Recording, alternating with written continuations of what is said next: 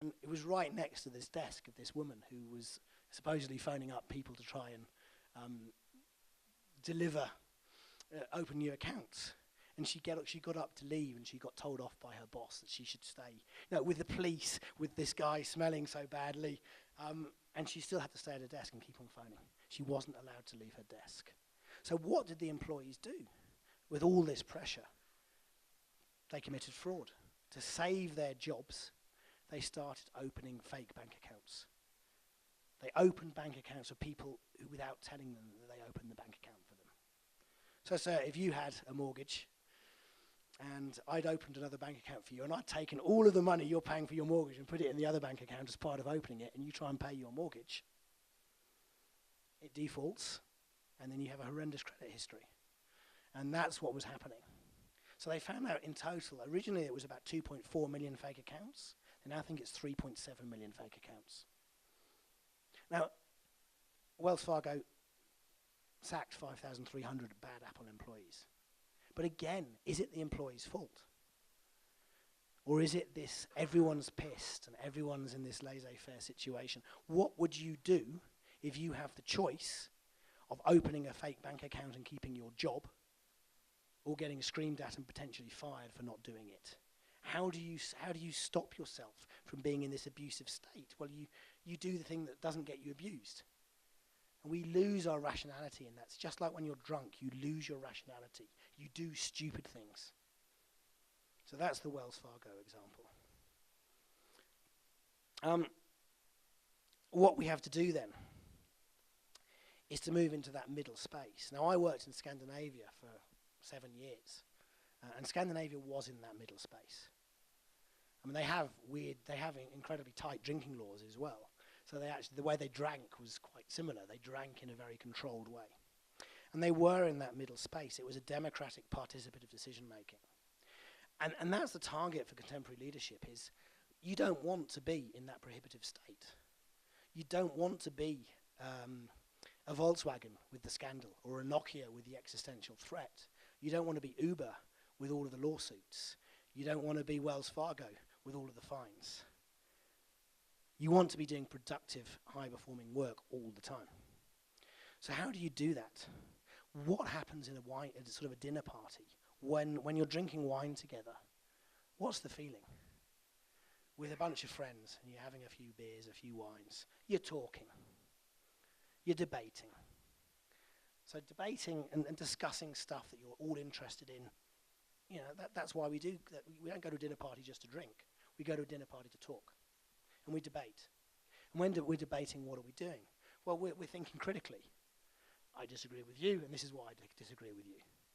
I disagree with you, and this is why. And then we're being creative, because we're also potentially solving the world's problems. Nobody listens to us apart from the other people at the table, but we're also potentially throwing the same problems. And then we're also being cognitively flexible.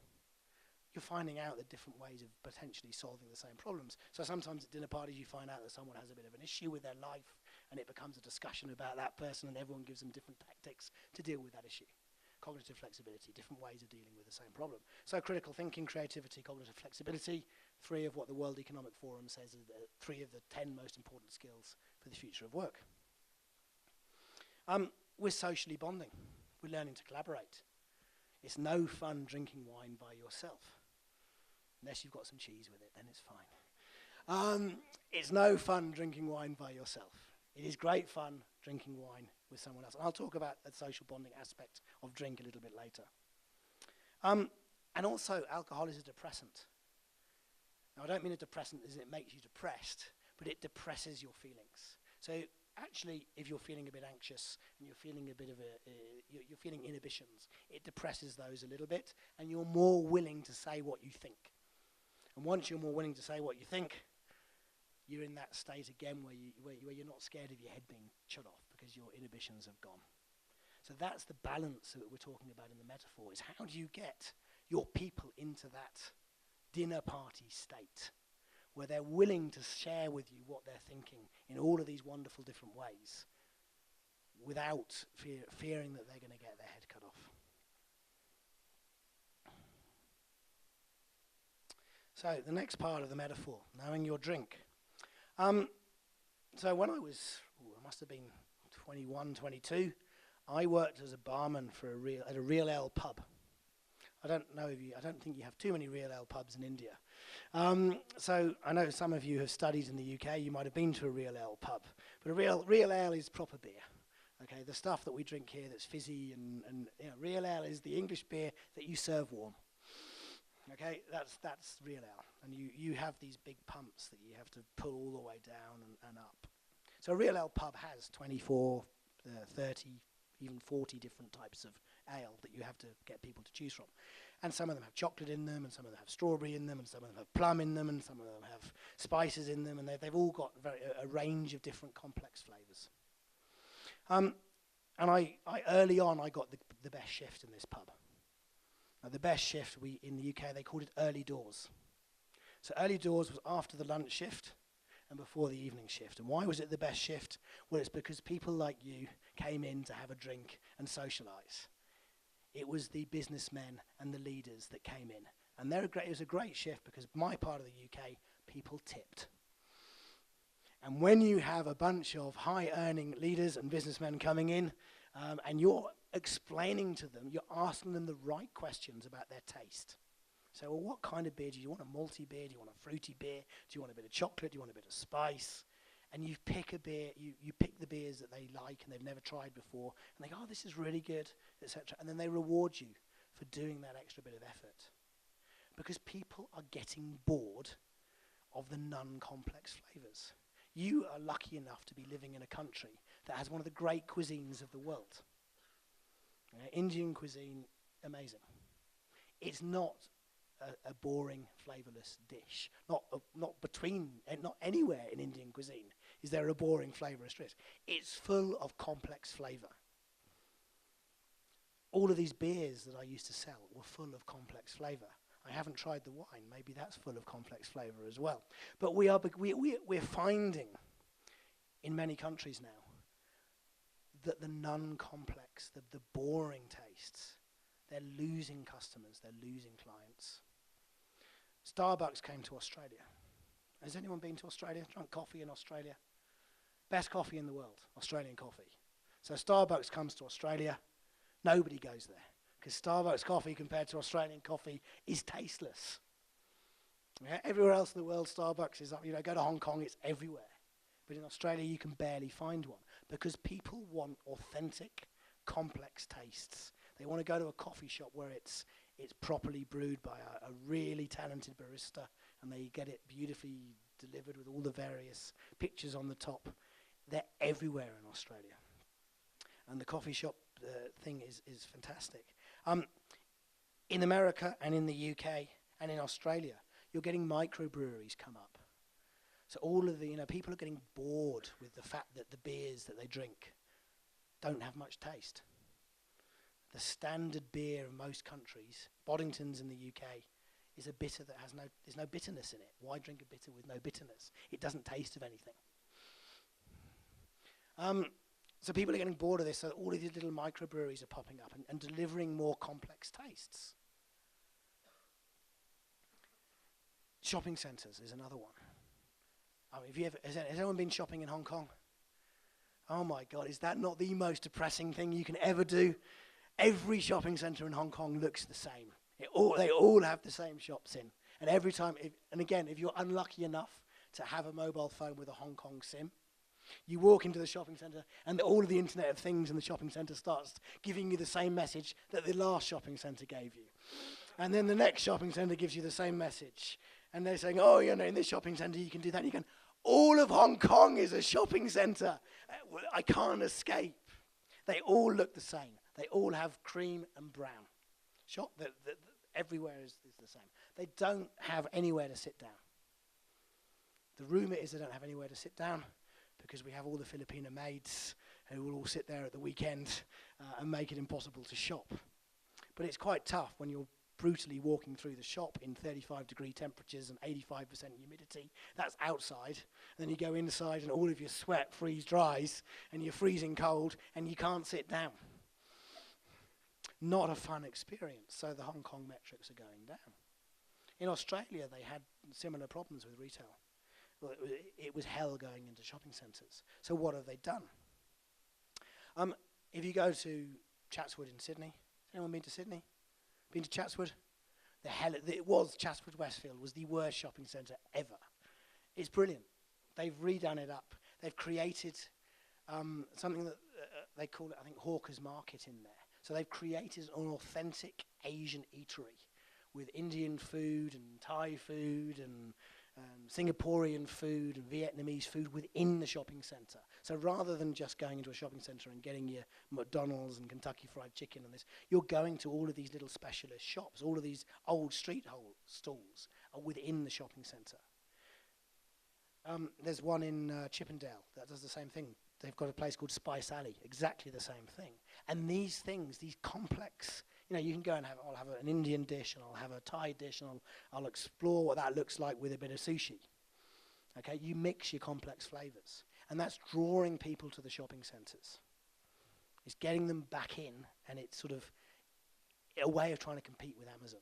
Now, the Australian shopping centres are a little bit forward-thinking. You're trying to get Hong Kong shopping centres to do it, and they just know, well, I might lose my rent. And you get the pop-up shops, and you get all of these little things that to try and create something different. So what's happening in organisations is we're beginning to fear complexity. In fact, we do fear complexity, and complexity is the next paradigm. But complexity is interesting. Within complexity, within the good beer, within the good wine, you have multiple flavours. You have multiple possibilities. You have multiple ways of doing things. These are things that you can explore. If you try and tame complexity, you don't enable these possibilities. So lots and lots of consultancy says, no, we will kill and tame complexity. We should embrace it. When your organisation starts becoming more complex, there are the opportunities to have the kind of conversations we need to be having about possibilities of going forward. Not, this is too difficult to understand, let's kill it. Is it where might this take us? I'll go through this one a little bit more quickly. I'm cognizant of time. The social bonding. So lots of workplaces nowadays have become like coffee shops. You've got your coffee shop internally, you've got your bar internally, you've got all this beautiful aesthetic decor, a bit like this room. And what's happening in here? So this was a big thing. I don't know if you've had the ping pong table craze in Hong Kong and all of these kind of sort of infantilized stuff in India. We've certainly had it in Australia. And the idea was it made you more happy to be in work because it was a beautiful environment like this. So you had all this style and elegance, and within it you could sort of network with each other. You could be agile, moving around the organisation and being in different places. It's a really nice idea. The problem is what happened? Well, what happened is we lost our social bonds. When we used to go out and have a coffee with each other, that took effort. When we used to go and have a drink with each other, that took effort. And also you were beyond the controlling eye of the organisation. You were outside where other people could hear you, and you could have those meaningful conversations that you can't have in the organisation when you're being watched. So, although the idea of creating this nice, stylish, elegant organisation came from the right place, the knock-on effect is we're losing our social bonds at organisational level. We're losing the kind of conversations that we could be having. And the one thing that makes an organisation more creative is enabling conversations. More than anything else, conversations between people from different departments. And we're losing that because of the way we're designing our actual workspaces themselves.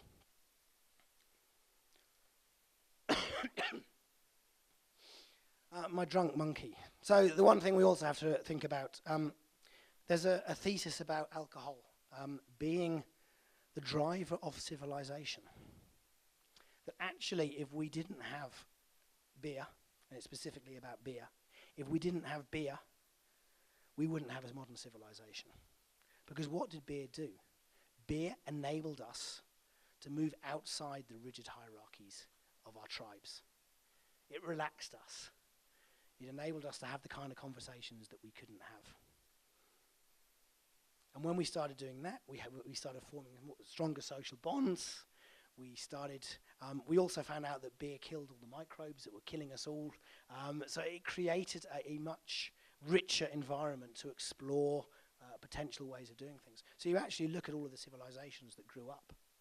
They all had massive brewing capabilities, right back from 9,000 years ago in the Chinese civilization. Massive brewing capabilities. So it's a key part of the civilizing process. Now, in the leadership sense, we've got a couple of things that are a problem with this. So first of all, we know that if we can enable people to go out and have a beer and enjoy themselves together, we might get some of these creative conversations, we might get some social bonding, it's all great fun. But some people don't drink. And they feel excluded in that kind of situation. And this is the problem, the diversity problem at the moment. All of you will be dealing with diversity. All of you will be dealing with different ages, different genders, different sexualities, different nationalities, different regions, and different ways of thinking. And not just within alcohol, but as soon as you silence their voice, somehow, you're disabling the kind of stuff that enables your organization to be more productive. And one of the things it can help with, by enabling their voices, being a leader is a desperately lonely business. There is nobody to talk to. And the reason there's nobody to talk to is people are potentially scared of you. But if you enable their voices, you say, I don't care who you are. Let's go and have a breakfast together, and I'll find out what you guys are doing at the moment. That conversation might lead to something incredible. So think of Google's first principle. Innovation comes from anywhere. That breakfast meeting with a new junior employee, just half an hour chat with him or her, you might end up with some incredible insights about where the organization is going. So what I'm going to try and do at the end of this is to put some hard numbers on where we're going. So I'm going to deal with one very specific problem, and it's the problem of collaboration. Now, collaborative work has become, it's becoming more and more common, specifically in the IT industry. You have to collaborate on complex projects. What they found, so this is from Adam Grant. Everyone's heard of Adam Grant, so the sort of organizational psychologist at Wharton, and he did some research on collaboration across 20 different organizations. He found out that 3 to 5% of the people were the most natural collaborators, and they delivered 20 to 35% of the value of the organization. So roughly 1/3 of the value of the organization is delivered by 3 to 5%. However, that 3 to 5% is the most disengaged. So if you look at this graph, okay, so the one at the bottom is the share of colleagues wanting access to the person, and the share of colleagues who rated this person as being the most collaborative. So the most collaborative people are up here. The smaller the circle, the more disengaged they are. So what is happening with collaborative people, or naturally collaborative people, is they're becoming disengaged because they get involved in too much. They're asked to do too much. They become blockages to organizational processes. So this is a key paradox of modern leadership. How do you encourage collaboration when your best collaborators then get targeted by your competitors because they're so disengaged? And then you're all constantly locked into this war for talent where you're all fighting for the same 3 to 5% of people who are then constantly changing the company, moving further, getting the wages up and up and up and up, but aren't actually ever becoming more engaged. This is the war for talent that we're locked in. So rather than do that, why don't we work out how to lead the other 95%? How do we get them more collaborative? How do we create an environment that allows them to become more collaborative? No one's doing it. If you did it, massive competitive advantage. Because if you then get 20% of people adding, or 30%, or 40%, imagine how much value can be added. Everyone's so locked into the war for talent paradigm Nobody's seeing that actually we might be able to create more collaborative activity by doing something differently. So what might we do differently? So again, this is what I talked about at the beginning, the big gap. The gap between where we were in the industrial era, we were in the culture paradigm. It was a competitive economy. It was hierarchical, it's command and control, and if you're in IT, it was a waterfall environment. Where we're going, the digital area, complexity paradigm, collaborative economy, flat structures, self-organizing, and the